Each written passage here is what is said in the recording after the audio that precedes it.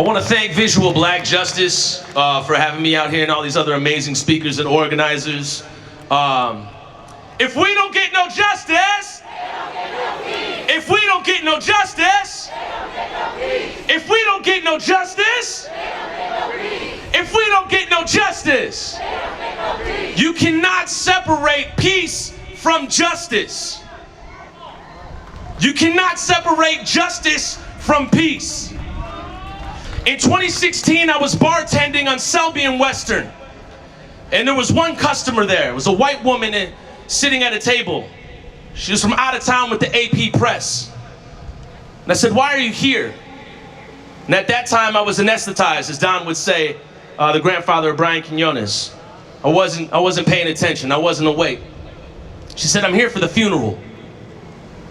And before I could ask her who, coming down Selby in all white suits, white horses, and a carriage, was the body of Philando Castile.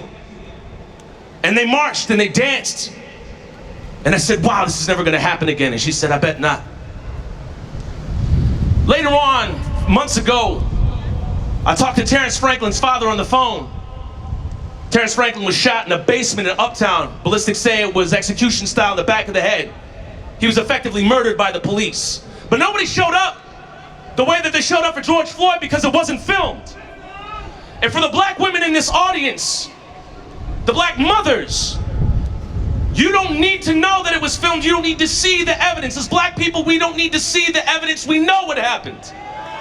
We know how we are treated. We know how we are discarded. They have different weapons, but they use them all the same. Police have guns. Our mayor has press conferences to pacify you. Police have qualified immunity. Our governor has the power to turn Brooklyn Center into a modern-day sundown town. I will not fall for the okie doke. These men will show up to your black son's funeral, but they will not be at the action to prevent it. I will not be pacified. I will not be nullified. I will stand for my black brothers and sisters, and we will be seen as that they do not move until they are moved upon. And today, they will be moving upon to another job, because this will stand for no more. And I hate to say it, George Floyd activated a lot of us. And we need to stay here. Stay activated.